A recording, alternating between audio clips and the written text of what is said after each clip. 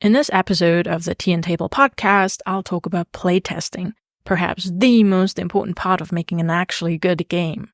Specifically, I want to summarize playtesting advice I've gathered from other sources, adding a little bit of my own humble opinions and interpretations, of course, and I want to reflect on my own playtesting habits.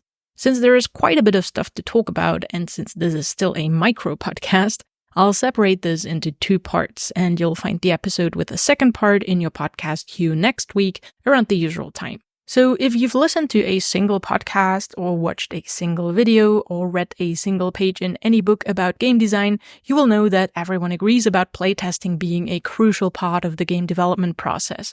And this isn't even specific to board games. It holds true for any type of game and probably any type of experience even. You can't know if a game is truly fun without trying it, and most of the time it's also hard to predict whether your game works, meaning it's not fundamentally broken, even though I'm pretty sure that the latter, whether your game works, is easier to figure out than the fun question, and that it becomes easier with experience.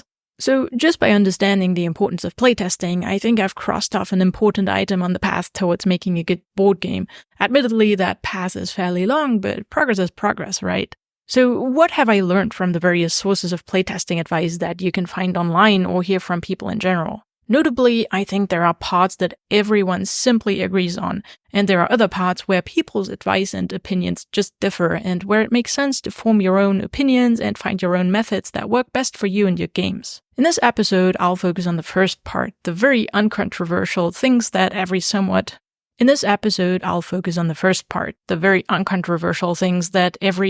reputable source will tell you, at least the ones I've consumed.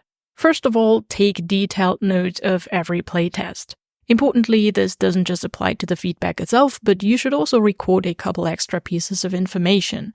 Which exact version did you play? Which changes did you make compared to the previous version? Who playtested the game? Which parts did you test? How long did you play for? What were the overall outcomes of the game? So who won by how much and why? It's also a good idea to take photos during and at the end of the playtest. You might think you'll remember all of this, but you won't. I'm personally pretty forgetful, so I've actually never had any delusions about this. I know I won't remember even 10 minutes later, so I definitely always write everything down. My strategy here is to take rough notes during each playtest and to record everything digitally afterwards. When I don't forget my notebook, I also think it's much nicer to write notes on paper rather than using my phone or any other electronic device, just because using a phone while playing a board game sends bad vibes and I generally don't like it. To keep track of playtests digitally, I use a standard note-taking tool, and I also just now created a bit more of a structure for that within my notes. So now I have a template to populate for each playtest so I don't forget about any of the details. A second point everyone agrees on is that playtesters don't typically have good solutions for the issues in your game, but they tend to be right about the problems. So if playtesters suggest changes to your game, your job is to figure out what the actual problems are so you can fix them. I personally don't disagree with this common piece of advice, but I do think it's worth listening to and considering people's suggestions and ideas. Sometimes while a suggestion may not be the revelation that fixes all of your problems, there might be interesting nuggets or inspirations somewhere within.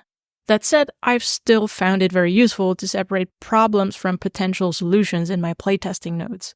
This way, you also avoid mentally locking yourself into a single solution when you might as well brainstorm for additional possible solutions to the actual problem you're trying to solve. So to be concrete, for each of my playtest notes, I list all the issues the test surfaced, and for each such issue, I list potential solutions below the issue. Third, everyone agrees that you can, and sometimes even should, simply end the game early if it makes sense.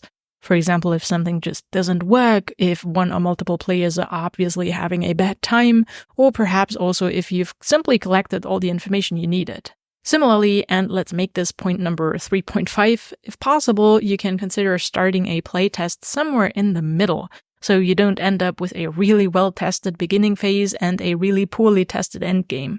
This can of course require some mental gymnastics from players, so this might be a good idea only with playtesters who already know your game.